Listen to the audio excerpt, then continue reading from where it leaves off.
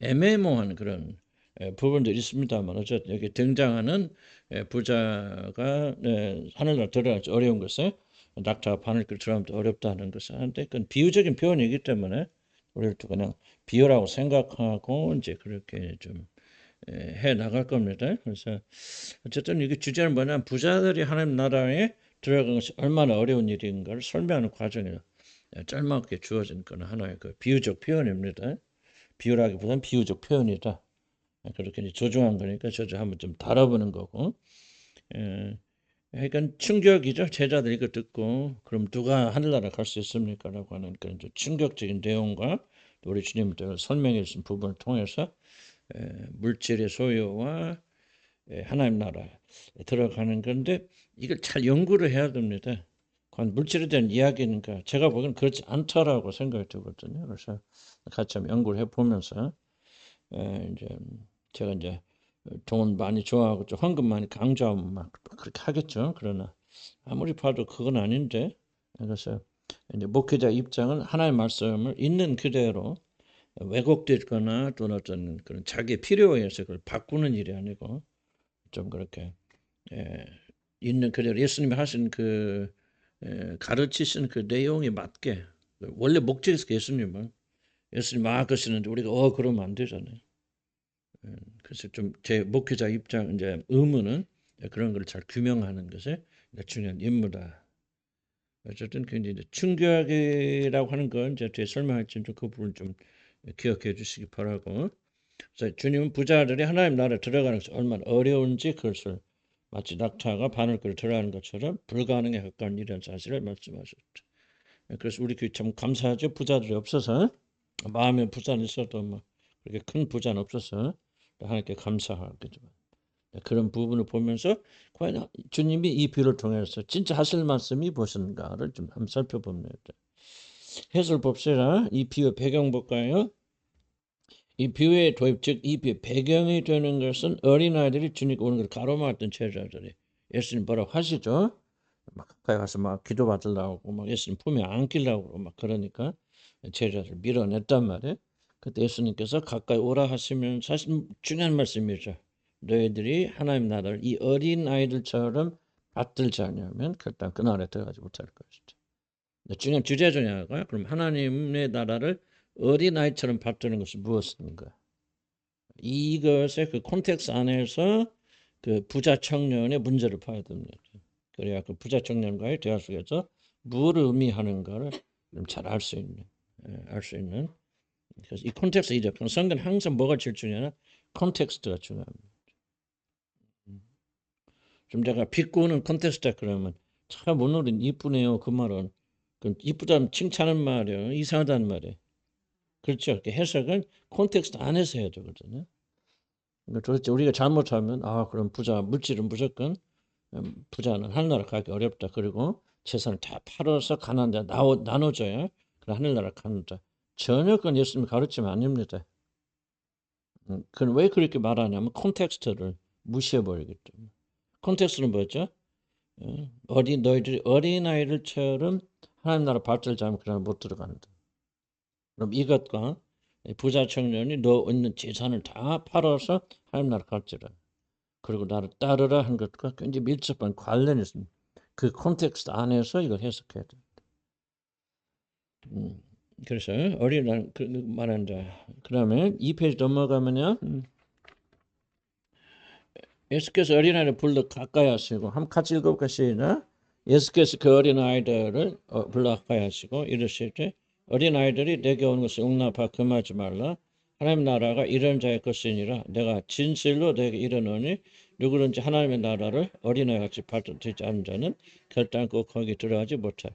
여기서 근데 주제는 뭐냐 하면 그럼 어떻게 하는 것이 하나님 나라를 어린아이같이 받아들이는 것입니까? 또는 다른 성경은 받드는 것입니까? 이 질문 안에서 이것이 해석돼요. 그래서 그 밑에다 어린아이같이 같이 받아들여진다는 말이 좀 밑줄 그으시면 되겠습니다. 정말 난이 말만 해석하기 전에 정말 이게 우리들이 아까도 기도하면서 했지만 얼마나 심각한 이 말을 생각합니다. 하나님 나라가 어린아이처럼 받들지 않으면 받아들이지 않으면 그날 들어가지 못한단 말이에요. 우리가 얼마나 심각하게 생각하는 이런 질문도 우리가 던질 필요가 있죠. 그 뜻이 무엇이냐, 뭐 그걸 규명하기 전에 정말 우리는 그 진짜 심각하게 생각합니까? 하늘나라 들어가는. 그럴 수도 있고 그렇지 않을 수도 있는데 한번 자기에게 좀 생각해봐야 됩니다.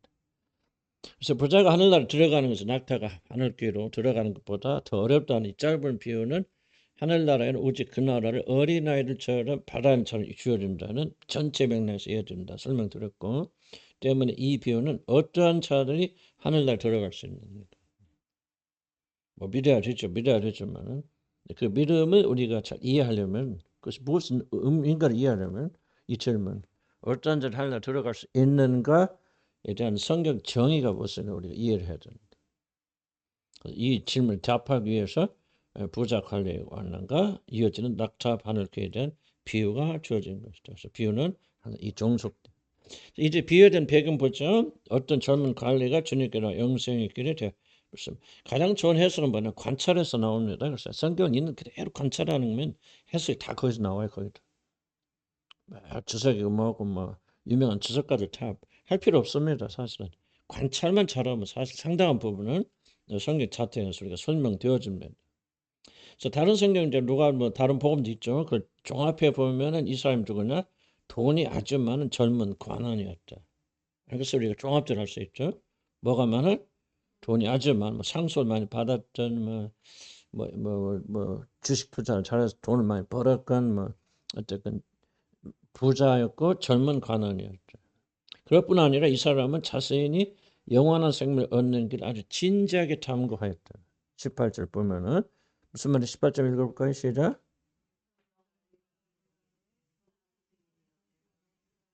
구원을 탐구하죠. 주님께 나오잖아요. 간절한 심정 가지고 내가 어떻게 해야 구원을 받으리까.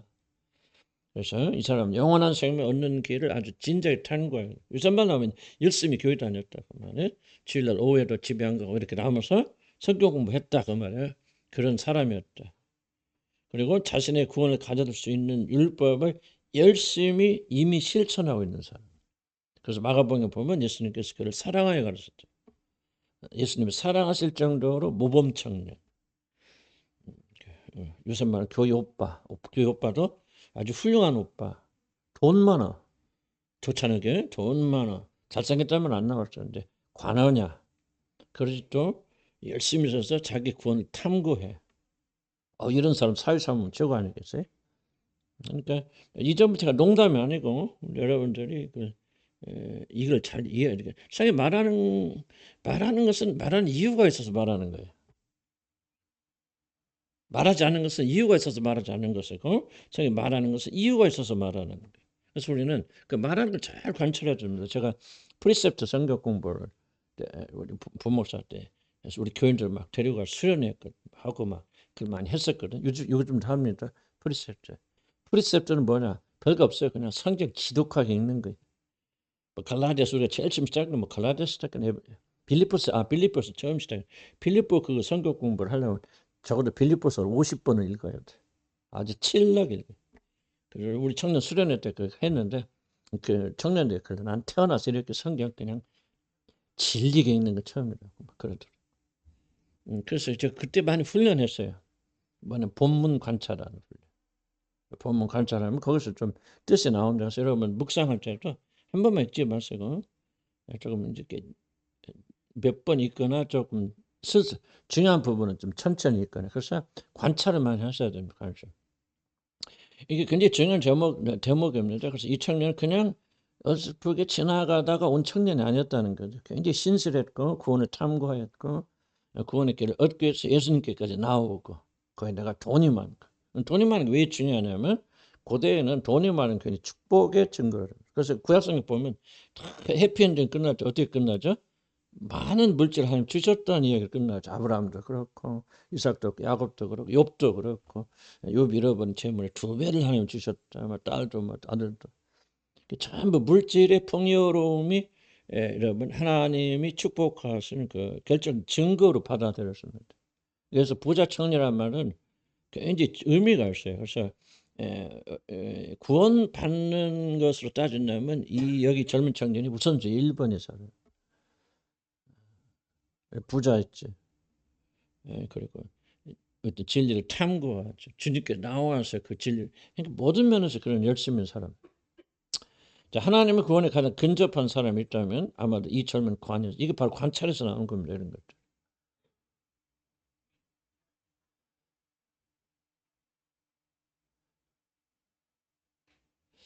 음.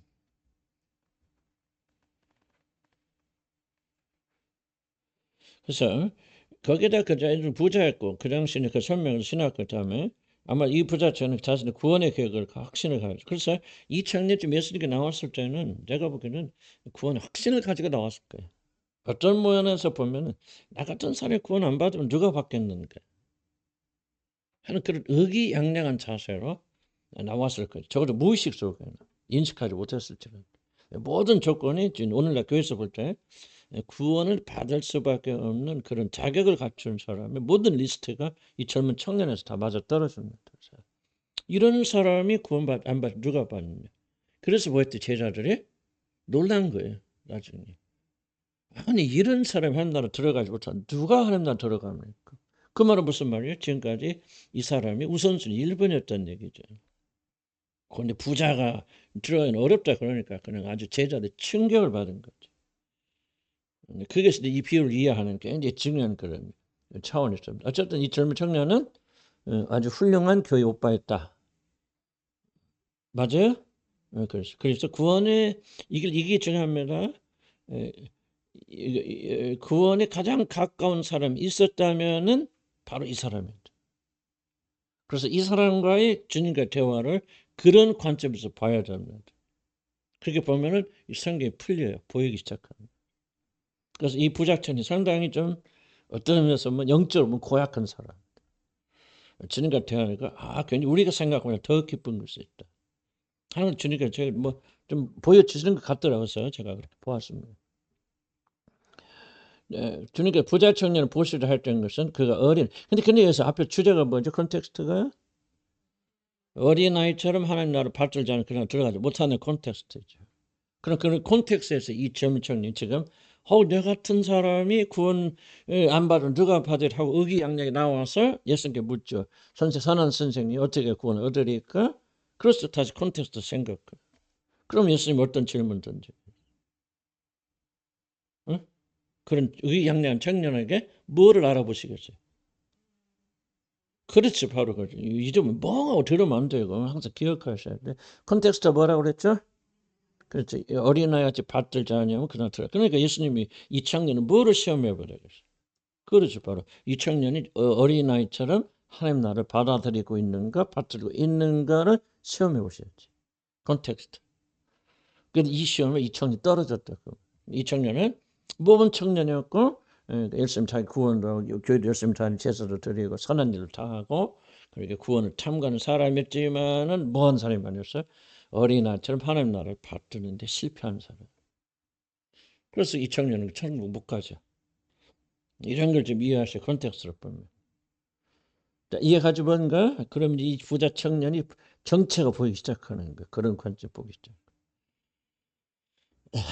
만약 그에게 이런 마음의 자세 없다면은 결코 구원을 받을 수 없기 때문에 젊은 부자 관원이 정말 구원을 받는 일을 어린아이처럼 사모하는가 하는 사실 주님이 모르실 리 없지만 저는 확인하시는 거예요.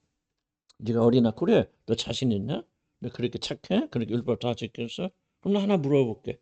너는 하나님 나라를 어린아이처럼 받들고 있어?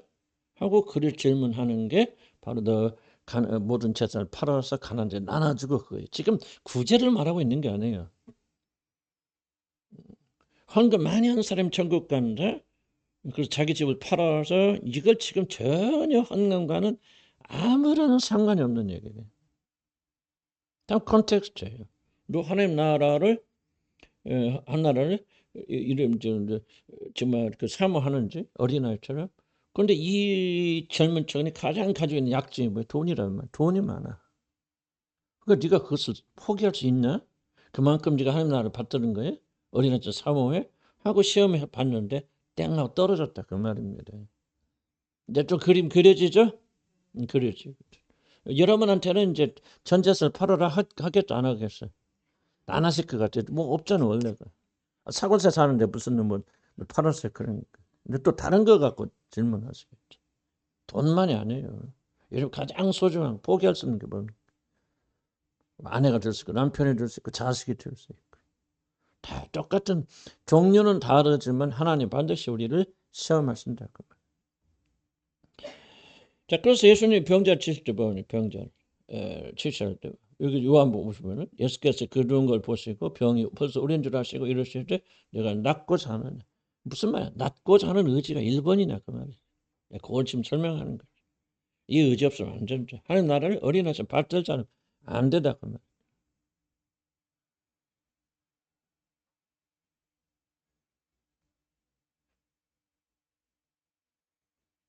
그래서 여러분이 이제 이걸 어떤 면에서 봐야냐면 이렇게 이 부자 청년은 여러분 시험에 떨어지잖아요. 부자 청년은 뭐예요? 모든 조건 다 가지고 있죠. 천국에 들어가. 의로운 사람이에요. 율법 다 지키는 사람이에요. 교회 열심히 다녀. 제사도 잘 참여해. 다 잘해. 모범 청년이에요. 기도도 다 잘해. 그런데 이 청년이 결국은 시험에 합격했어요. 떨어졌죠? 떨어졌죠. 자, 그러면 우리는 이 질문 던져야 돼. 제자들이 이 질문 던지잖아요. 아니 이렇게 완변한 사람도 하나님 나라를 들어갈 수 없다면 들어가는 것이 그렇게 어렵다면은 과연 우리는 어떻게 들어갈 수 있습니까? 요 질문이 없기 때문에 여러분 구원이 혼동되는 거죠. 그래서 여러분들 교회는 단일반 구원받지 못하는 것은 지금 이 질문을 여러분이 던지지 않기 때문에. 그래서 우리가 주님께서 뭐 하시냐 이 비유를 통해서 성경을 통해서 우리를 그런 똑같은 과정으로 이끌고 가시는 게 그래서 결론이 뭐냐면 아니 이렇게 훌륭한 사람도 어렸을 때부터 하나님 말씀 지켜 신학교도 잘 다녔어 또뭐 정말 헌신해 정말 막 정말 하나님 축복이 넘치는 사람 이런 사람도 천국 못 간다면 누가 천국 가냐고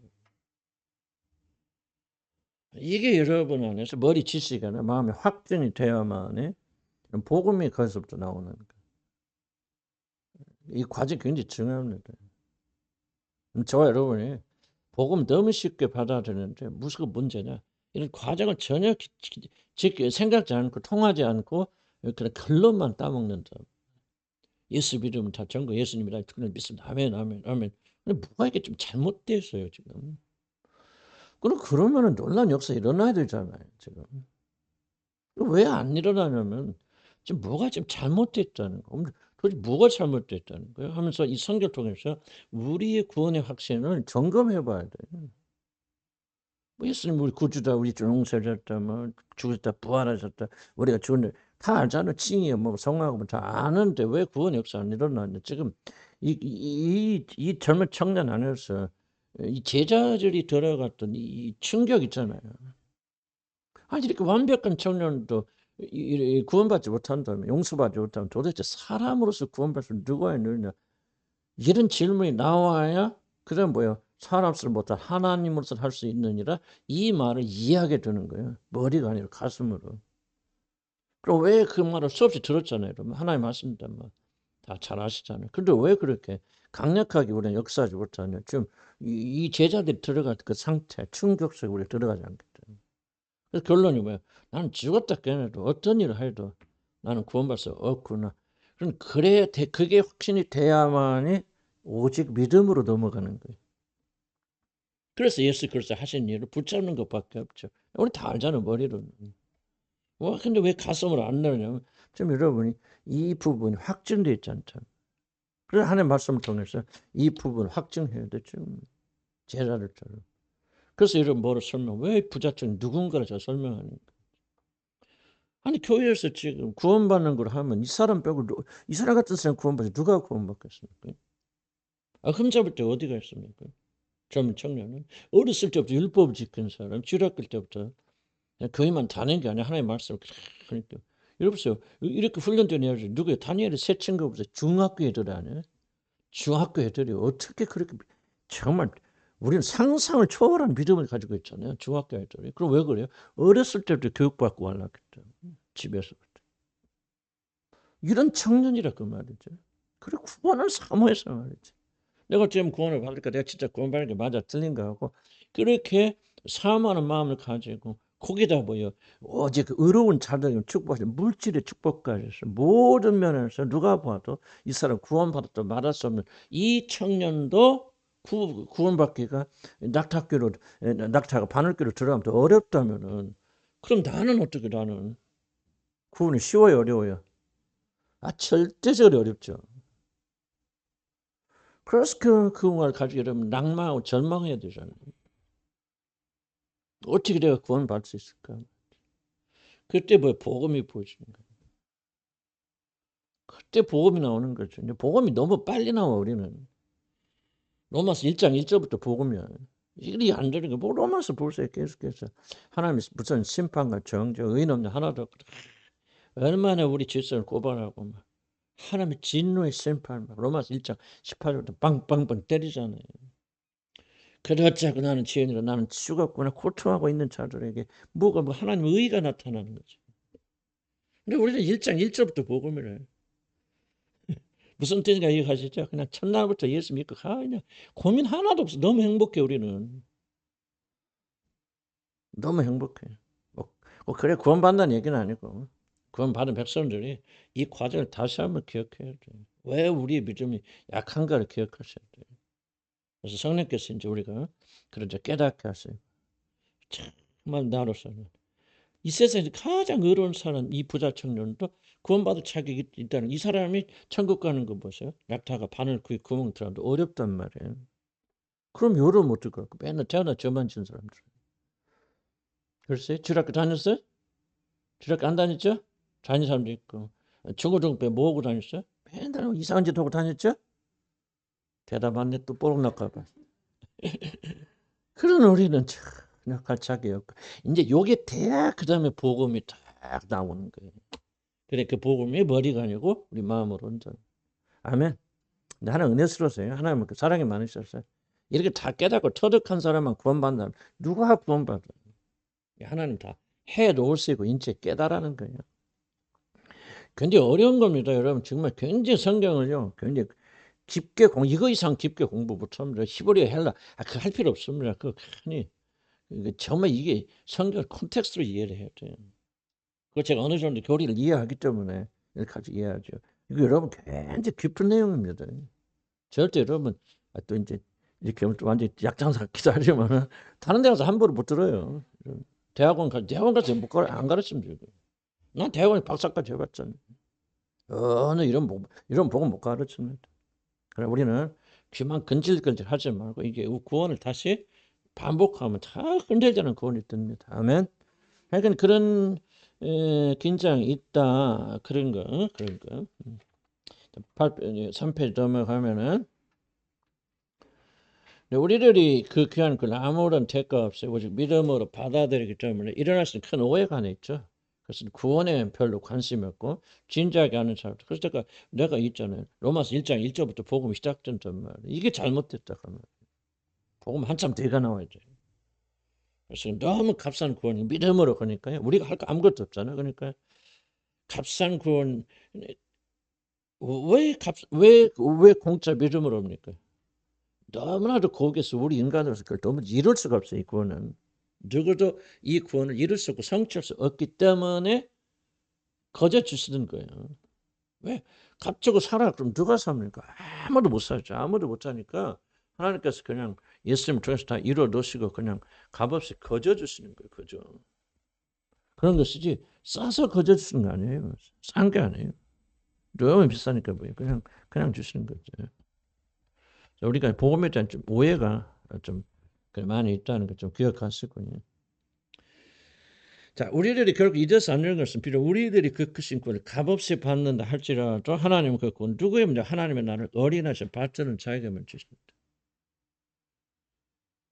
앞에서도 얘기했지만 우리는 뭐 죽었다 깨어나도 인간이 다 그런 크신 위대한 사람들 결국 구원 얻을 수 없기 때문에 우리는 하나님께 간절히 바랄 수밖에 없죠. 이제 그런 심정을 지금 말하는 거죠. 값없이 주신다는 말은 구원을 어린아이처럼 가장 소중한 것으로 그리고 절대적인 것으로 여기는 자들에게 아무런 조건이나 대가 없이 주신다는 의미이지 구원이 마치 계획에 던져진 거룩한 것이니 아무렇게 던지는 거 아닙니다. 값싼 구원이 아니다는 걸 좀 이렇게 기억하시고, 너무 값비싸서 하나님 값을 우리에게 달라고 못하는 거 없잖아요. 온 우주보다 비싼 걸 여러분이 10,000원도 없는데 돈 주고 사면 됩니까? 그냥 값없이 와서 사라는 것이죠. 그렇다고 해서 그 복음이 아무에게 주는 것은 아니다. 복음을 간절히 사모하는 자들에게만 하나님께서 이렇게 주신다는 것을 우리가 좀 잊지 말아야 돼. 좀 섞인 말 갈 때 그런 제가 나중에 다 정리해 드릴게요.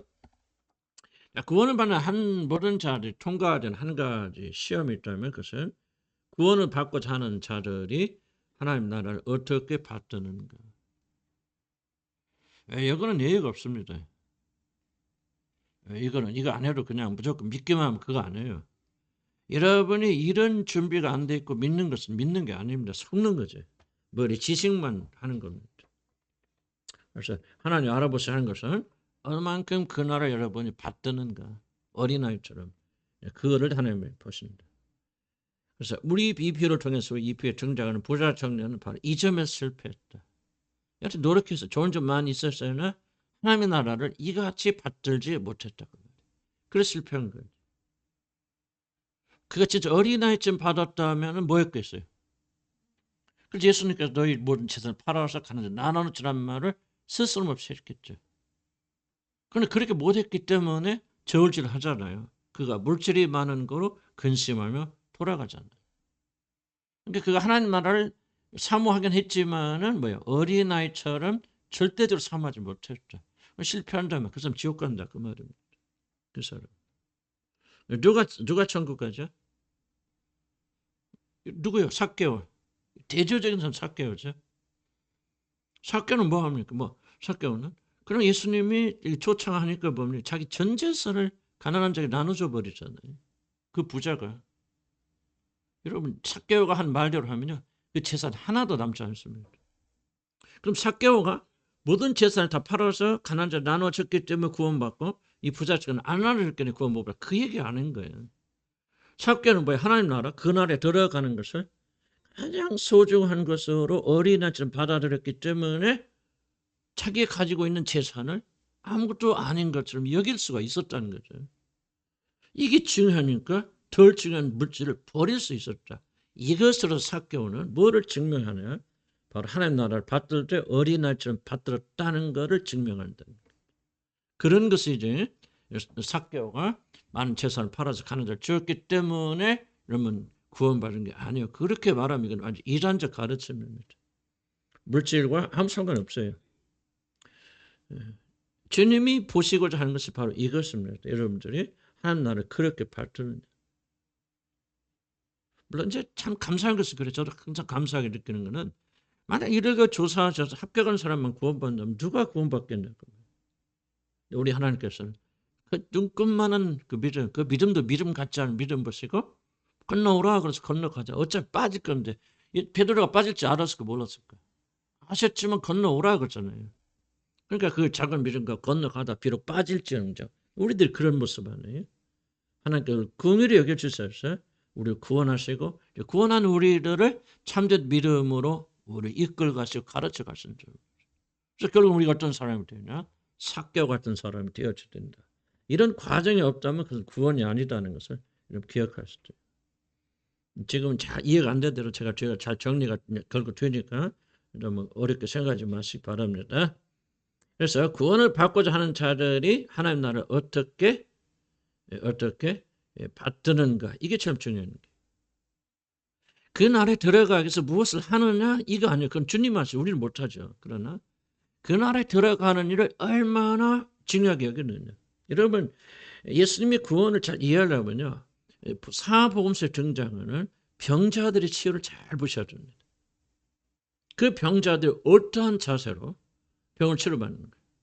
물론 문득병자가 좀 마음을 치유받고 감사하지 않는 사람도 있었지만 그 성경에 등장하는 자들이 병을 치유받을 때는 이렇게 잘 보시면 그들은 뭐야? 절대적인 것으로 받았다면 수로 보니 여인 보세요. 자기 딸이 이제 귀신 들려서 미친 짓 하고 그러잖아요. 간질병 들고 그랬을 때 뭡니까? 예수님 오셔서 고쳐주세요. 그랬을 때 예수님이 뭡니까? 무시하잖아요. 너 개 같은 여자야. 나는 이스라엘의 자손들을 고치러 왔지 후손들 건지러 왔지 너 같은 개 같은 여자를 이방인들 건지러 온 거 아니에요. 정말 인간이요 무시당할 수 없는 그런 무시당하면 무시당하죠. 근데 여자가 뭐합니까? 물러갑니까? 안 물러갑니까? 한간하죠. 빠져다 개요. 그런 개들도 주인의 상에 떨어지는 거 주워먹지 않습니까? 그러니 혹시라도 유대 백성에게 주시는 은혜가 남아있거든. 나에게도 좀 주시옵소서. 그런 심정. 왜 그래요 그 사람들? 그게 뭐를 말하는가? 하나님 나라를 받드는데 어린아이처럼 받든다. 이 나라 아니면 죽는다 말 끝이라 그 말이에요.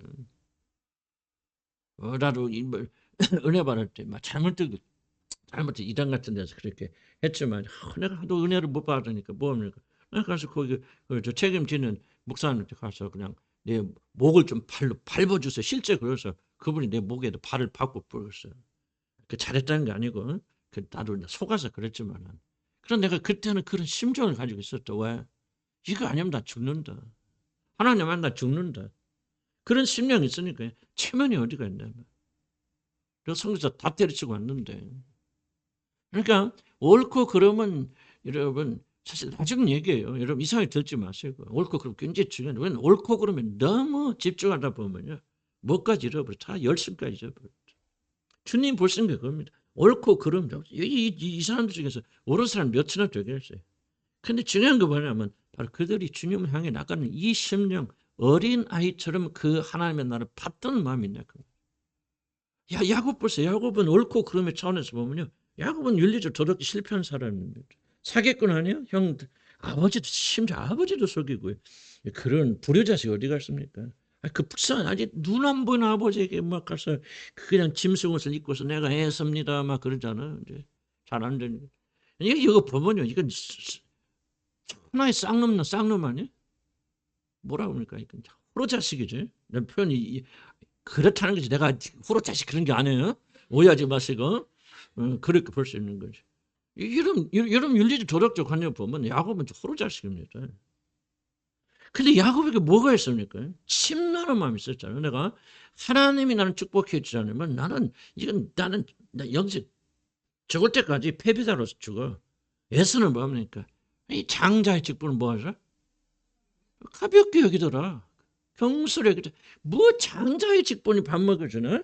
하나님 축복이 밥 먹여주는 거야. 내가 열심히 해야지. 그거 다 쓸데없는 거야. 예수가 그랬다 그 말이야. 야곱은 뭐야? 아니야. 오직 하나님이 축복해야 돼. 근데 그 축복을 받기 위해서 거짓말이라도 하고 아버지 속이고 형도 속이는 거야. 잘했다는 게 아니고. 나는 여러분이 하나님 나라 이 지금 특성을 이해하지 못한다면요. 우리 하나님 나라에 굉장히 멉니다.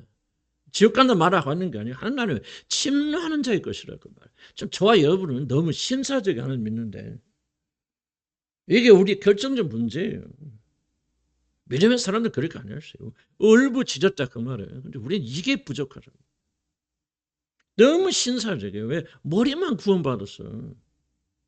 그러니까 어떻게 말만 하지 이렇다 저렇다 막 우리 그렇게 믿어야만 되고 막 그거 여러분 머리만 구원받았죠. 몸은 구원받지 못한 사람. 그럼 성경 읽어보세요. 나도 성경 뭐 그래도 한뭐 어렸을 때부터 읽었으니까 60년 이상 읽었을 거 아닙니까? 그럼 성경 계속 읽고 또 읽고 뭐 100번 이상 안 읽었을까? 그럼 어쨌든 결론이 뭐냐? 이게 보여줘. 하나님 나라에서 누가 더 중요하냐? 이 열쇠가 불이 없다면 그러니까 물론 올바른 지식에 의해서 그게 돼야 되지. 이게 이제 그거는 뭐 우리가 기초적인 건데 설령 이게 어긋난다 할지라도 야곱에게서 본 게 뭐냐? 그 야곱의 울부짖음이라.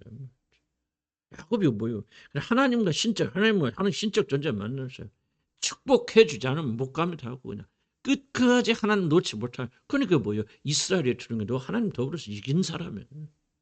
하나님 축복을 기어이 받아내는 너 지렁이 같은 이 야곱아 너 이스라엘이라 그 말이잖아. 오늘 저와 여러분이 교류된 게 다 이거예요 지금. 지식이 필요했단 말 아니고 오해하지 마시고. 천국은 아무나 가는 게 아니에요. 천국에 들어갈 수 있는 모든 방법과 모든 것을 주님이 마련하신다는 것이죠. 천국에 들어가고자 하는 마음까지 주님이 주시는 거 아니에요. 우리를 그 마음은 마련해야 돼. 간절한 마음. 그래서 성경이 등장하는 병자들이 어떻게 나섰습니까? 응? 여리고에서 막 바리메와 그 친구가 막 눈만 자고 막 소리 질러. 그러니까 뭐래? 조용 좀 해라. 그럴 때 뭐라 합니까? 더욱더 소리 질러 나사렛 예수시를 불쌍히 공의하게 주시옵소서. 요즘 읽었죠? 어저께 읽었어. 오늘 읽었어. 난 오늘 아침 읽고 왔는데. 그 마가복음, 아니 마태복음. 요즘 저기 아니야? 어? 맥체인 아니야? 그죠? 어저께인가 그저께인가 오늘, 그러니까 나는 오늘 아침에 이걸 우리가 간과하면 안 돼. 거기에다 우리 진리는, 근데 진리를 알면 알수록 열심은 나지 않을 수 없잖아. 이 부분을 저 간과, 그 하나님 보신 게 이겁니다. 너희들이 하나님 나라를 그만큼 사모하냐고. 윤리를 도저히 이수는 2차적입니다. 2차적. 그 나라에 대한 그런 열정이 있냐고. 그래서 구원을 받고자 하는 자들이 하나님 나라를 어떻게 받드는가, 이게 중요하다. 밑에 쭉 내려오면 그는 진짜는 이 젊은 청년은 진지한 태도로 주님께 다 영생의 길을 묻지만 그는 주님이 주시는 구원을 어린아이처럼 즉 자신의 모든 운명을 결정짓는 절대적인 것을 받아들이지 않았다. 하나님 나라는 그에게 2번이었다. 1번이 뭐냐? 돈이었다. 그런 자는 결국 하나님 나라 못 들어간다. 그 말이야. 하나님 나라는 1번으로 돼야 됩니다. 모든 것을 희생할 수 있어야 되고, 희생해야만이 아니고 희생할 수 있는 사람, 버릴 수 있는 사람, 그런 사람이 돼야 된다. 그래서 돈인 이 사람은 하나님보다 구원보다 더. 자, 우리들이 조심해야 할 것은 이 집 부자처럼 자신의 모든 재산을 처분하여 가난한 자에게 나눠주지 않았기 때문이 아니라 하나님의 나라를 어린아이처럼 발달을 못해요. 어린아이 특징이 무엇입니까? 어린아이 특징 여러 가지 있겠죠. 그러나 가장 중심적 특징이 뭐냐? 어린아이들은 올인한다. 무엇에 올인하냐? 보면 뭐 쪼꼬대를 하나 갖고 목숨 걸잖아. 그렇죠. 예를 들자면 어린아이의 성격은 뭐냐? 올인하는 거예요. 아무것도 아닌 것 같고 울고 불고 막 애들 우는 거 보세요. 막 그 엄마 아빠가 그뭐 손에 있는 거 어찌나 보려고 막 먹는 과자 하나 이렇게 떼어갔다고 막 진짜 완전히 막 그냥 조상님 죽은 것처럼 울잖아. 이게 어린아이 특성이에요. 지금 예수님 말씀하시는 거예요. 그럼 왜 이 어린아이는 그렇게 울었겠습니까? 지금 자기 손에 있는 빵 한 조각에 그걸 그렇게 받든단 말이에요. 여기 올인하고 생명을 건단 말이죠. 중요한 게 이겁니다. 바로 이런 자세로 우리가 하나님 나라를 받들 줄 알면 결국 그 나라에 못 들어간다 그 말입니다. 그 나라에 들어간 자격은 예수 그리스도가 전부 그분의 죽으심과 부활을 그분이 다 마련해 놓지만요. 우리가 그 나라에 들어가야 되는 사람들은 그런 마음 자세를 가지고 있어야 돼요. 그래야 그들에게 주님이 이 놀라운 선물을 주셔서 우리가 은혜로 믿음으로 구원받는다. 너무 크게 염려는 마지 마세요. 그런 마음 적더라도 하나님이 구원하기로 예정하신 자들은 하나님이 그렇게 만들어 가실 것이다. 그래서 우리는 그런 마음을 주님께 주시도록 불타는 마음 가지도록 우리가 막 계속 기도하고 매달려야 되는데 또 세상에 또 빠져가지고 또 잊어버리고 잃어버리고 그럴 줄 말씀입니다. 그러니까 이 정신 성경이 가르치는 걸 과시하면 안 됩니다. 약간 구원의 교리가 아니어서 구원은 그냥 믿음으로 받는 거지 뭐 행위로 받습니까? 그런 식으로 희석시키지 마세요. 그냥 성경 있는 그대로 가르치는 데 해보고 나중에 정리하시면 돼요. 주님 반드시 하늘나라에 갈 때 여러분 질문 던지 이겁니다. 너는 이 나라를 어린아이처럼 받들었는데 이 나라에 들어오기 위해서 뭘 했느냐가 아니에요 여러분들. 그 주님이 다 해놓으셨죠. 그럼 너는 이 나라를 그렇게 사모했느냐? 이 나라에 들어오는 것을 그 무엇보다 네 생명보다도 무엇보다 더 중요하게 여겼느냐? 그 테스트가 뭐예요? 그럼 네가 가장 소중하게 여기는 돈 한번 버려봐라 그 말이죠. 못 버리잖아요. 못 버림으로 인해서 뭐요? 이 부자 청년은 하나님이 1번이 아니라는 걸 보여주는 거죠. 돈이 1번이라는 걸 보여주는 거예요. 자식이 1번이라는 걸 보여주는 거예요. 그런 자는 한 나라에 적합하지 못하다는 거예요. 그러니까 죄를 지었기 때문에 지옥 가는 게 아니라는 거예요. 그가 정성이 부족하고 뭐 행위가 부족해서 그런 게 아니라는 거예요. 그가 하는 것은 뭐야? 하나님의 나라를 그런 식으로 가장 중요하게 여겼더라면 하나님께서 그를 위해 준비한 모든 구원을 그에게 베풀어 주셨을 텐데 그렇게 여기지 않았다는 거죠. 이 점을 뭐 어떤 행위가 아니고 한번 고민하셔야 되는 장난 질문이 나는 그 나라를 어떻게 생각하고 어떻게 받아들이는가. 그런데 여러분들 감사한 것은 구원받은 자들은 하나님 그렇게 점점 만들어 갔습니다. 아멘. 낙심하지 마세요. 그래서 가져주신 선물은 오직 구원을 어린아이처럼 절대적으로 받드는 자들에게 주어지는 고귀한 선물이다. 그렇게 받들 자면 구원 얻을 생각하지 마시라. 잔인한 말도 들리지만은 우리는 격려받은 2번 이 부재 잘못된 처형권. 2번 굉장히 어렵습니다. 어렵고 동시에 굉장히 중요합니다.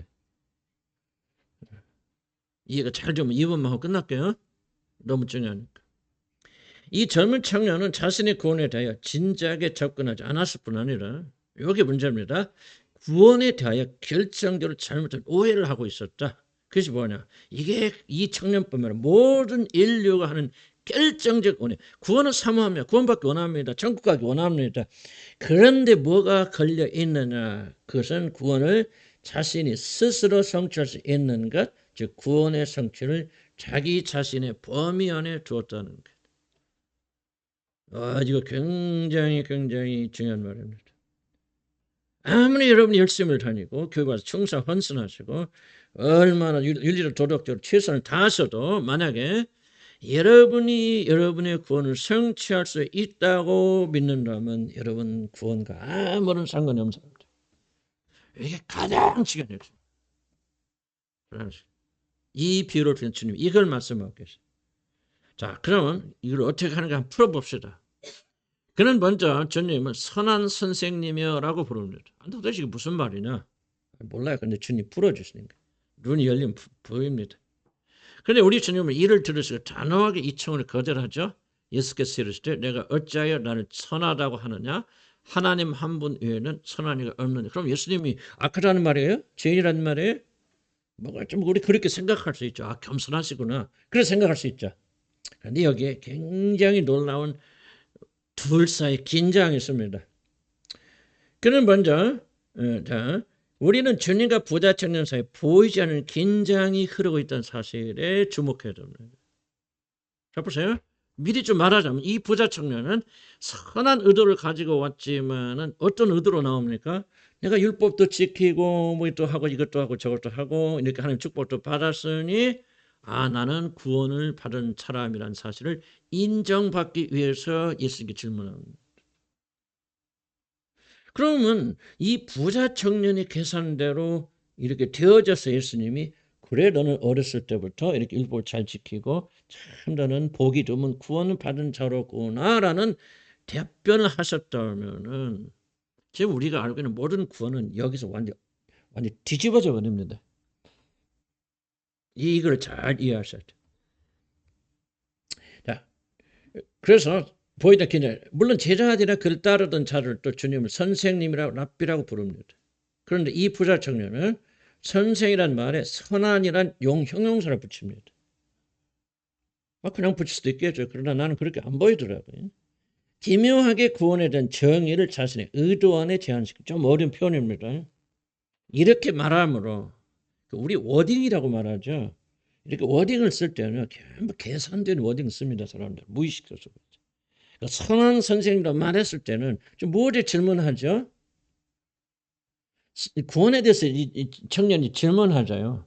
그런데 그를 부를 때 워딩이 뭐예요? 워딩이 뭔가 알죠? 말하는 거. 단어라 쓰는 단어를 선한 선생님이요. 왜 사람들에게 선한 선생님 워딩을 쓰냐면요. 내가 누구에게 질문할 때 그 워딩 안에서 답변하라 이겁니다. 이 심리는. 아이고 좀 이게 잘 얘가 참 설명하기 좀 어려운 얘기인데 이거 심리학까지 나오고. 그러니까 내가 그 사람을 부를 때 아유 우리 좋은 남편 그러면 뭐라고 해요? 뭐를 기대하고 있죠? 그 남편이 나에게 좋은 친절한 것을 베풀 것을 은근하게 압력을 넣는 거예요. 워딩이. 좀 그러니까 무슨 말인가 약간 이해는 갑니까? 그러니까 부자 청년이 좀 생각해 보세요. 이 사람들이 그냥 여러분 그냥 아무렇게나 부르는 거 아닙니다. 절대로. 성경은 철저히 하나님의 영감으로 지어진 책이에요. 그러므로 이 부자 청년이 무의식적인 말을 했다 할지라도 청년께서 드러내고 싶은 거는 이 워딩 보라 그 말이에요. 왜 부자 청년이 선한 선생님이요 라고 말하면은 뭐를 지금 기대할 뿐만 아니라 뭐를 압력을 구하는 예수님한테 당신이 나한테 구원의 길을 말할 때는 선한 윤리적 도덕적 차원에서 대답하시오 이 압력이 지금 이 부자 청년은 이거 무서운 거 난 이거 보면서요. 이거 진짜 이 부작전 좀 이쁘게 받고 좀 그런데 이게 아니네. 이건 주석가리 한 얘기 나는 순수하게 하나님께서 100% 깨닫게 해주셔서 내가 틀릴 수도 있죠. 될 수 있지만은 난 이렇게 해도 보이더라고. 아, 이거 이 사람이 그냥 하는 게 아니구나.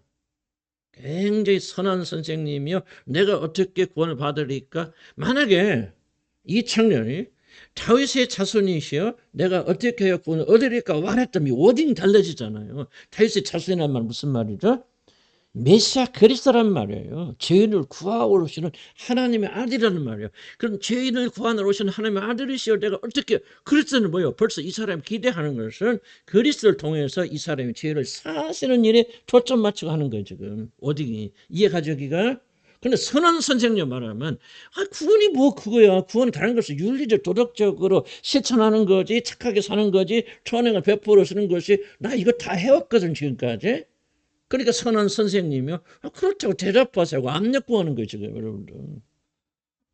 왜 이게 중요한지 아십니까? 지금 저와 여러분이 예외 없이 이 압력을 하나님께 두기 때문에, 그렇기 때문에. 바로 이것이 우리가 하나님의 구원을 이해하지 못하는 결정적인 원인들이에요. 부자 청년은 우리들이 이야기해요. 우리들이 부자 청년이에요, 여러분들. 하나님께 나오는 순간에 벌써 하나님 나 이렇게 열심히 교회도 나오거든요. 나 원수도 미워하지 않거든요. 나 이렇게 11조도 하고 나 이렇게 막 돈 없는 가운데서 내가 건축하고 하고 지금 컴패션 애들도 섬기고 있거든요. 그러면서 뭐를 기대합니까? 하나님이 그래 너는 구원받았다라고 하는 소리를 여러분이 무의식에서 지금 기대하면서 이 말을 하고 있는 거예요, 여러분들이. 근데 주님 뭐라고 말합니까? 네가 천국에 가는 것은 낙타가 바늘귀를 들어가면 더 어려워. 어린 반푼도 없는 소리 하면서 이 부자 청년의 모든 기대를 쳐부수는 것은 부자 청년의 기대를 쳐부수는 게 아닙니다. 모든 구원의 근거를 예수 그리스도의 십자가 사역이 아니라 자기 자신 선한 행위 전력을 인간의 근본적인 구원관에 주님께서 못 박아버리시는 거예요. 그걸 보는 거예요. 선한 선생? 선한 사람 없어. 무슨 말이에요? 그럼 자기도 좀 포함시켜. 내가 육신으로 있는 한 선한 사람 아무도 없어. 선한 사람 아무도 없는데 우리가 어떻게 선한 일을 해서 구원받는단 말이야. 그 말하고 계시네 우리 주님이. 선한 선생님. 나도 하나님의 아들이지만은 나는 육신에 거하는 사람. 내가 죄라는 뜻이 아니고 나도 선하다고 부를 수 없어. 그 말은 말이야. 인간의 몸을 가지고 있는 자 중에서 단 한 명도 선한 사람 없고 선한 행위로 구원받을 수 없어 이 사람아. 네가 살려면 죄인됨을 고백하고 내게 나와서 나의 죽으심을 받아가려고 내 십자가 흘려진 피를 네가 믿고 나와야지. 선한 선생 인간의 선함과 구원은 아무런 상관이 없는 거라고 하는 것을 지금 그냥 잘라 말씀하시는 거예요. 이거를 여러분 굉장히 중요하게 여겨야 돼요. 나는 이 성경이 왜 놀랍다고 생각하냐면 이런 놀라운 것들이 이 안에 아주 눈을 열어 관심을 가지고 보면 이게 다 안에 숨겨져 있기 때문에 그래요. 이게 우리들이 싫어해요, 여러분들. 지금 그렇게 얘기합시다. 지금 이 말에서 자유로운 사람이 몇이나 됩니까, 여러분들? 진실로 여러분, 나는 부자 청년이 아니라고 말할 수 있는 사람이 몇이나 됩니까, 여러분? 거의 없어요. 우리는 부자 청년 같은 자들 하나 앞에 쓰고 있기 때문에 구원받지 못하거나 구원받았어도 그 구원이 주시는 놀라운 능력 속에 권능 속에 들어가고 있지 못하는 거예요. 반드시 우리는 부자 청년이 부서졌던 것처럼 우리가 앞에 주님 앞에 부서져야 돼. 그래서 그렇구나. 내가 천국에 들어가는 것은 낙타가 바늘귀로 들어가면 더 어려운 일은 불가능한 일이구나. 나한테 선은 하나도 없구나. 오직 그리스도를 의지하는 것 외에는 붙잡는 것 외에는 나는 구원받을 방법이 없는 그런 죄의 괴석을 하는 것을 마음의 중심에서 깊이 인식하고 인정할 때 벌써 뭐야? 하나님의 또 다른 복음. 우리의 모든 죄가 그분에게 양도되었고 그분이 십자가에서 죽었으므로 우리의 모든 죄가 누군가한테 휘어졌다는 사실이 그때 비로소 믿는단 말 아니죠. 하지만 그것이 더욱더 강한 믿음으로 여러분에서 확정되는 거예요. 우리 믿음이 왜 약한가를 지금 설명하는 거예요. 지식은 다 가지고 있죠. 지식 없는 사람 누가 있습니까? 예수를 믿고 그분이 죽으시면 부활하심으로 행위가 아니고 믿음으로 그런 지식을 다 가지고 있죠. 주일학교 애들도 가지고 있죠. 그런데 왜 그 지식이 살아있는 지식이 못 드느냐. 그걸 지금 말씀드리는 거예요. 그러니까 저와 여러분이 이 과정을 다시 들어가야 돼요. 겪고 들어가야 돼요. 부자 청년이 되어서 예수 앞에 우리가 직면하고 서 있어 봐야 돼요. 그래서 우리가 속을 열고 지어내가 지금까지 뭐요. 부자 청년 좀 내가 어렸을 때부터 이 법을 다 지켰나이다. 내가 뭐 옛날에는 좀 뭐 나쁜 짓하고 죄를 지었지만 내가 예수님을 안 다음부터 내가 살려고 올바로 살려 발버둥 천나에다 보시 없어서 나는 뭐 일주일에 2번씩 금식하고 사냥 뭐 컴패션도 도와주고 그럴 거 아니에요 우리들이? 그렇지 않다 어떻게 생각합니까? 그런 앞에서 주님이 뭐냐 사형 선고를 내서 너는 의가 없다 하나도 없다. 왜 그런지 아냐? 의인은 없나니 하나도 없다. 로마 3장 13절. 다 치우쳐 한 가지로 다 악을 행하고 그게 바로 너다. 네가 살 수 있는 유일한 길은 네 행위가 아니라 바로 하나님의 아들께서 오셔서 네 죄를 담당 죽는 사실을 믿고 그것을 받아들임으로 어린 양의 보혈은 피가 강같이 너희 안에 흐르게 될 때는 구원할 수 있다는 사실 머리 지식이 아닌 진실로 우리 가슴에 뚫고 들어 그러면 그 사람 변하지 말아도 변한다. 그래서 우리는 기도해야 돼. 들으면서 또 듣거나 청년님 도와주셔서 우리도 이 부자층으로 같은 과정. 부자층은 뭐예요? 다시 안 돌아오잖아요. 주님께. 우리는 다시 돌아오죠. 왜? 거듭났잖아요. 그죠? 하나님 자녀잖아요. 성령 우리 안에 계시잖아요. 그러니까 우리는 다시는 안 돌아갑니다. 그럼 돌아와야 돼. 돌아와서 다시 한번 우리 회개하고 이 복음. 그러면 여러분 믿음이 점점 강해진다. 할렐루야.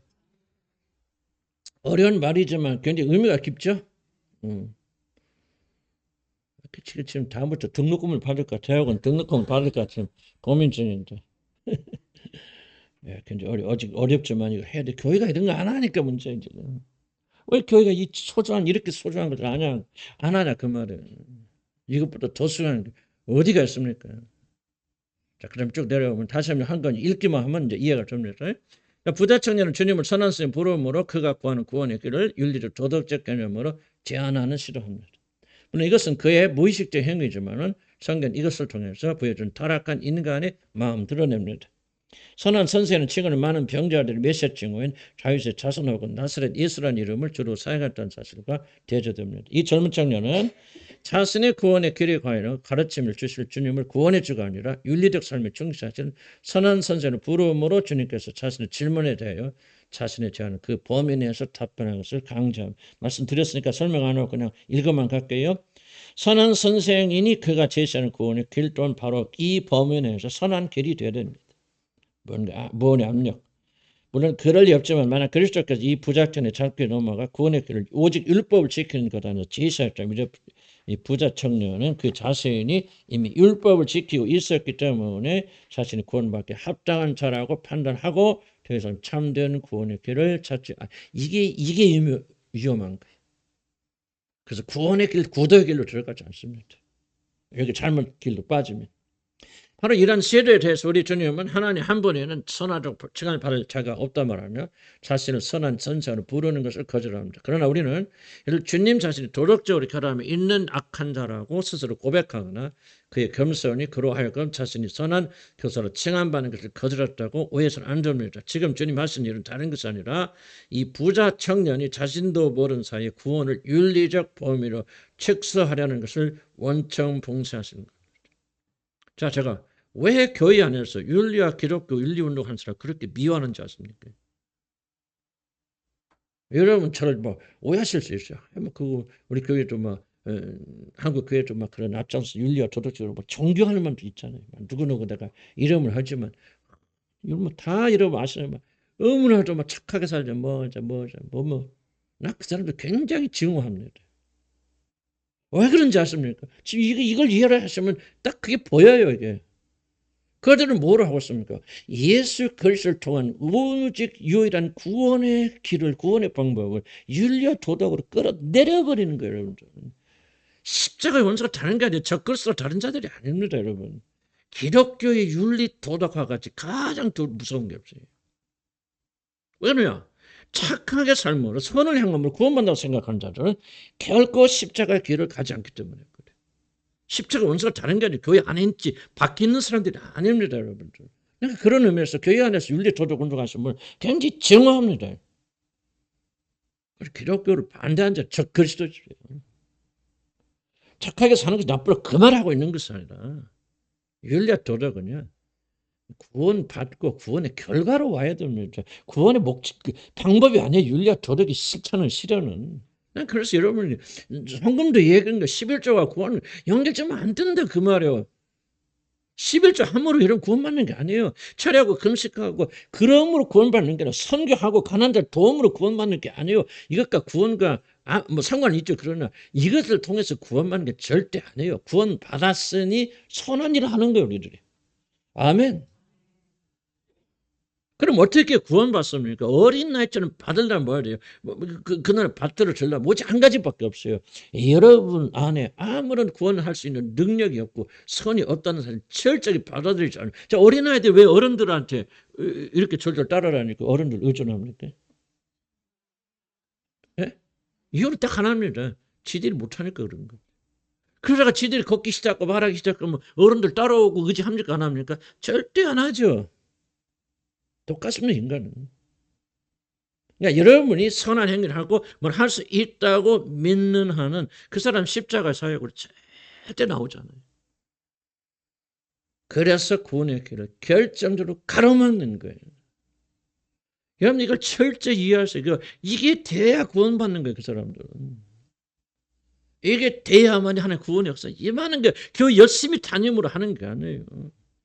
와서 죄를 회개하고 고백함으로 구원받는 게 아닙니다. 예수 그리스도의 은혜로만 그분이 하신 사이로 구원받는데 누가 그걸 받아들이냐? 자기 안에 아무런 선함이 없는 자를 없다고 생각하는 자들이 어린아이 것처럼 받들게 된다면 그렇게 될 줄은 간 축복합니다. 그래서 기독교 어려운 거예요. 카톨릭 쉽습니다. 카톨릭 하나님 카톨릭 신앙 가지고 엄청 쉽습니다. 그냥 하는 대로 따라가면 하면 돼. 기독교 그게 아니고 마음의 중심이 변화돼야 돼. 부숴야 돼. 그래서 우리 자신은 아무런 선이 없다는 사실 깨달을 때만이 오직 하나님 향해서 우리가 손 벌리게 돼 있다. 그런 자들에게 무엇이냐 하나님께서 아들을 통해서 받는 모든 구원을 여러분이 선물로 주시는 거예요. 그게 쉽지 않죠. 안 깨질러 발부둥치죠. 인간에서 하나님의 선하신 덜할 수 있는 사람은 아무도 없기 때문에 인간이 거둔 노력이나 선행으로는 결국 구원받을 수 없다. 인간은 죄로 인해서 온전히 죽은 자들이기 때문에 그들이 어떤 선을 행한다 할지라도 그들은 결코 선한 자로 불릴 수 없습니다. 마찬가지로 그 어떤 존재도 자신의 선한 행위로 자신을 구원할 수 있는 사람은 아무도 없습니다. 오직 하나님의 아들이 흘리신 보배로운 피로 거듭난 것 외에는 구원의 길이 없습니다. 중요한 사실은 바로 이 믿음은 오직 자신 안에 자신을 스스로 구할 아무런 선이 없다는 사실을 마음 깊이 깨닫고 구원에 부른 소망을 주님께만 두는 어린아이와 같은 심정으로 구원을 구하지 않으면 주어지지 않는다는 사실입니다. 자, 부자 청년이 그를 선생으로 부르신 일과 이를 단호하게 거절한 주님 사이에 이런 긴장이 흐르고 있는 것을 보여줍니다. 우리들이 구원의 참된 의미를 알려면 이런 부분을 아주 조심스럽게 살펴봐야 됩니다. 왜냐하면 우리들도 이 부자 청년처럼 구원의 문제를 선함의 영역으로 축소하려는 육신의 강한 유혹을 항상 가지고 있기 때문이고 이것이 교회의 그렇게 구원의 원수들이라는 거죠. 사실 우리들이 어린아이들처럼 하나님의 나라를 받아들이는 것은 쉬운 일이 아닙니다. 그래서 구원을 받아들이면 다시 태어난 중생 즉 거듭남이 반드시 와서 뭐를 봐야 되죠? 자기 자신의 절대적 무기력과 전적 타락을 봐야 됩니다. 그래서 기독교 안에서 어떤 교리가 중요하다고 그랬죠? 전적 타락의 교리. 나는 선이 없대. 하나도 없다 말이죠. 나는 선을 행한 것이 하나도 존재하지 않는 거예요. 나는 완전히 타락되고 완전히 부서져 스스로 힘으로 어떤 선도 이룰 수 없다. 오직 내가 할 수 있는 것은 우리 그리스도께서 이루신 것을 받아들인 것밖에 없다는 이 전적 타락의 교리가 정말 중요하고 이게 먼저 여러분 깨달아야 돼요. 근데 깨달은 것은 우리 머리로 안 되죠. 주님께서 깨닫게 하셔야죠. 거듭나야만 이걸 받아들일 수 있습니다. 그래서 여러분이 벌써 그런 상태가 없는 분들은 기도하셔야 돼요. 기도하셔서 나 구원 못 받았다 낙담하지 마시고 그러면 하나님께서 내가 그걸 깨닫게 해주시라. 저도 이런 상태를 깨닫는 게 그렇게 오래지 않아요. 저도 막 구원의 확신을 가지고 막 얼마나 그냥 교만하게 오랫동안 살았는지 몰라.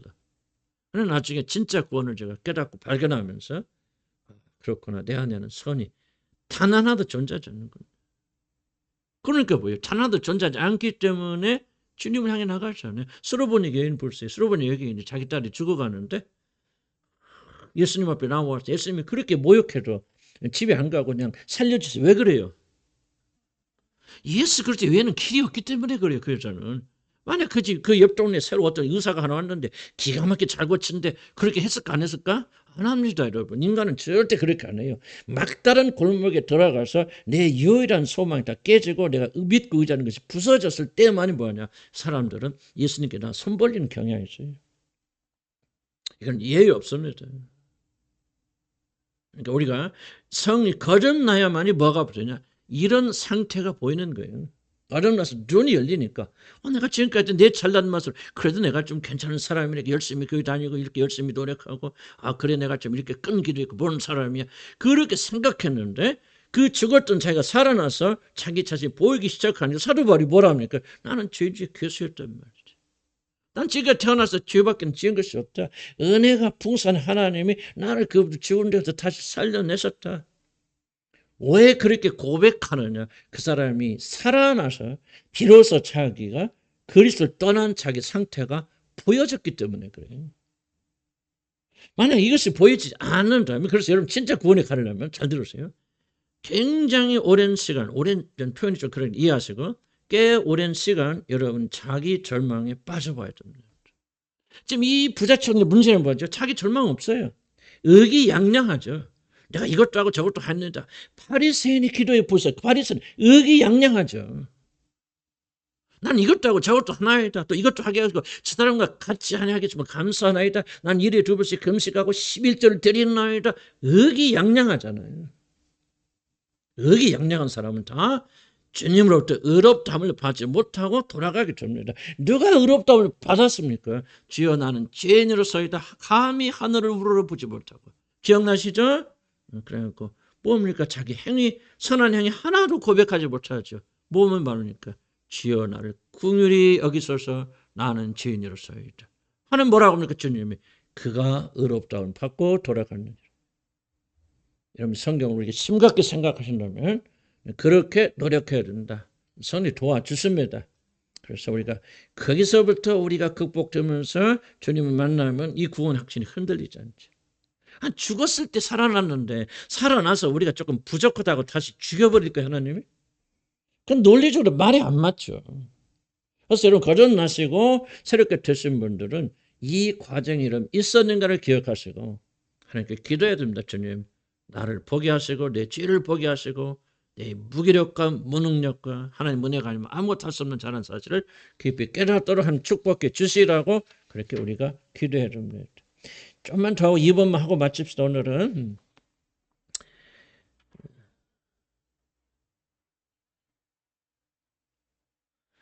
무자 청년은 구원의 선의 유무 즉 율법을 지켜 행하는 행위를 끌어내려 하기 때문에 이어서 내가 무엇을 하여 응수를 얻으리까 이렇게 나가죠. 나사렛 예수시여 그럼 뭐요? 그 다음에 나를 불쌍히 여기서도 나가야 되는데 이 부자 청년은 구원의 근거를 자기에게 두었기 때문에 그 다음 나온 질문이 뭐죠? 내가 무엇을 해야 되죠? 그러니까 뭐를 했다는 거예요? 자기는 구원을 얻을 만한 선을 행할 수 있는 사람으로 자기를 인식했다는 거예요. 그래서 내가 무엇을 해야 됩니까? 묻잖아요. 그러니까 거듭나지 못한 자들 공적 특징은 행위를 생각하면 내가 이것도 잘하고 저도 안 해요, 여러분들. 얼마나 교만한 가득 찬 말인지 모른다. 부자 청년은 인간 구원의 문제를 인간의 노력에 의해서 성취할 수 있는 것을 끌어내리고 있다. 이에 대해 주님은 바로 자신조차 육신의 몸을 통하여 구원을 위하여 하나님은 전적으로 의존하여야 하는 라고 말씀하셨습니다. 바로 그것이 하나님 이에는 선하다고 칭함을 받을 자가 없다는 말씀의 진정한 뜻입니다. 그래서 그는 육체의 계시를 그래서 예수님 어떻게 기도했습니까? 그렇죠. 자기를 죽음에서 능히 구하실 내게 심한 통곡과 눈물로 간과 손을 올렸어요. 왜 그랬습니까? 하나님이신 분이 하나님께 동등하신 분이 육신에 계실 때는 난 선한 분 하나님밖에 없다. 무슨 뜻이에요? 난 하나님을 전적으로 의존할 수밖에 없는 피조물인 사실. 물론 그는 하나님이죠. 하나님과 동등하신 분이시지만 동시에 그가 육신을 입고 계심으로 제한적 존재가 되셨기 때문에 이것을 고백하는 그래서 하나님께 기도할 때 어떻게 해야 돼요? 심한 통곡과 눈물과 기도를 뭐합니까? 나를 불쌍히 여겨 주시옵소서. 하나님이신 분이 하나님께 그렇게 기도했다면 우리는 어떤 마음을 가져야 되나 그 말이에요. 무슨 말 이해하시죠? 그러니까 우리가 뭐 이렇게 우리가 뭐 구원받습니다라고기보다는 이게 구원의 길이란 말이에요. 우리들. 이게 지금 안 되고 있으니까 무엇인가 지금 우리 구원이 이제 막혀 있단 말이에요. 머리로는 지식으로는 구원을 이해하나? 말할 수 있어요. 우리 가슴은 죽어버린 상태로 남아있는 거 뭐냐? 죽음의 본질성, 구원의 본질 속에 들어가고 있지 못하다. 그럼 여러분의 구원이 생명 있는 구원이 되려면 어떻게 되냐? 거듭났어요. 여러분 나는 여러분 거의 다 거듭났고 믿습니다. 그러나 여러분 진짜 구원의 그 생명수로 들어가게 되려면요. 오늘 이 부자 청년이 겪었던 이 과정, 이 부자 청년에게 주셨던 그리스도의 질문이 우리 안에서 던져져야 된다. 그리고 우리 자신이 철저히 정말 무기력하고 무능력하고 우리가 아무런 선이 없어서 우리가 선으로서 하나님께 접근해야 할 모든 시도가 잘못됐다는 것을 인정하고 이제부터 우리는 진실된 마음으로 주여 나를 긍휼히 여겨 주시옵소서 하고 정말 그분 앞에서 그분의 자비만 힘입고 붙잡는 그런 사람으로 변해져 나가야 된다. 이게 바로 구원의 여정이 여러분에서 이루어지는 것이다. 자, 우리들의 구원에 관한 모든 출입구가 뭐냐? 인간 구원의 모든 것은 선을 행함의 문제가 아니라 선을 행하지 않는데 된다는 말은 아니라 그렇게 해서 들어가는 것이 아니다. 그렇기 때문에 그 어느 인간도 자신의 선행이나 노력으로 성취하는 것이 아니라는 사실을 받아들여. 이것이 구원의 시작이에요. 그러니까 예수님 자신도 나를 포함해서 선한 자 없다 그 말이에요. 선한 자가 없기 때문에 선한 행위를 통해서 하나님 앞에 쓰려고 자체가 이건 잘못된 생각이고 잘못된 질문이다. 네 질문이 이렇게 바뀌어야 된다. 나사렛 예수시여 나를 긍휼히 여겨 주시옵소서. 내 안에는 선이 하나도 없사오니 주여 나의 죄를 긍휼히 구원해 주시옵소서. 이렇게 나와서 부자 청년이 엎드렸다면 그는 구원받아 돌아갔을 것이다. 그게 누가냐? 삭개오는 그랬다면 삭개오 그렇게 말을 한 거 아니죠. 그러나 삭개오 세무서장이 뽕나무로 올라갔다고 하는 것은 뭐야? 그에게 이미 죽음이 일어났단 말이에요. 그 나라를 사모했다 그 말이에요. 그 나라에 들어가는 것을 어린아이처럼 받아들였기 때문에 그 높은 직책에 있는 부자의 권력자가 예수를 보기 위해서 뽕나무로 기어 올라갔다. 이거 뭐를 말하냐 그 말이죠. 놀라운 변화가 이미 삭개오에 이미 일어났었다. 그러니까 성령께서 이런 과정을 여러분 주실 거예요. 그러니까 여러분들 이상하게 여기지 마시고 낭만과 절망과 소망은 그리스도의 손에서 반복되는 거예요. 낭만하고 절망이 있다 다시 소망이 일어났다. 그러니까 절망 없는 소망은 여러분 존재하지 않아요. 이건 기독교 아닙니다. 속이는 겁니다. 예수 그리스도는 결코 그냥 다가오시는 게 아니에요. 절망한 자들에게, 줄인 자들에게, 배고픈 자들에게, 목마른 자들에게 그분이 오셔서 생명의 생수가 되어지는 것이지. 나는 목마르지 않아, 배고프지 않아. 나는 내가 노력하면 얼마나 구원을 받을 수 있다라고 생각하고 그렇게 나가는 자들에게 어찌 그리스도께서 그에게 생명의 생수를 주시겠냐고. 이렇게 돼야 구원받는 것은 아니에요.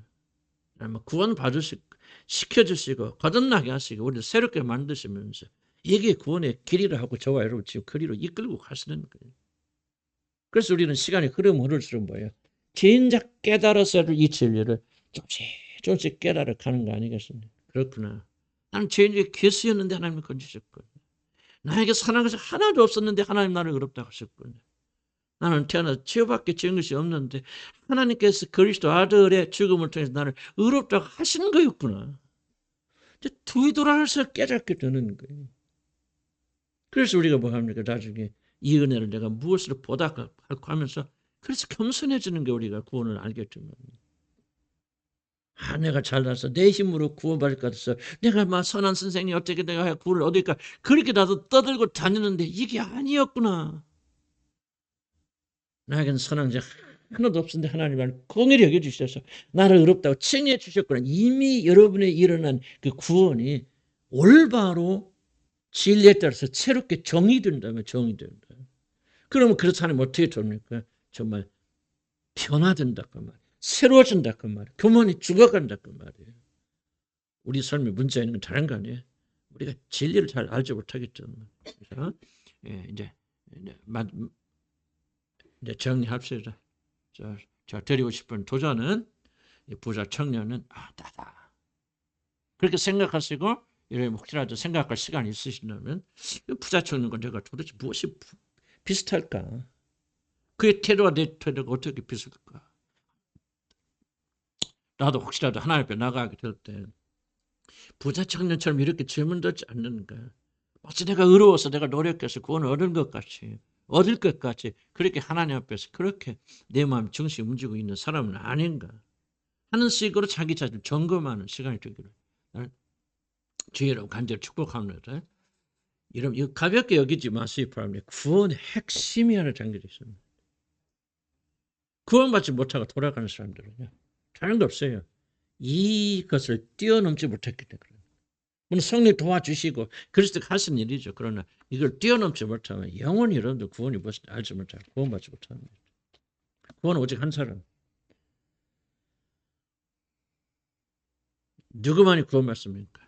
어린아이처럼 그 하나님 나라를 받드는 자들에게만 구원받고 그런 자들은 어린아이들처럼 나는 구원받을 자가 아무것도 없으니 오직 예수님만 붙잡는 그런 자들에게 놀란 축복이 일어날 줄로 믿습니다. 기도합시다.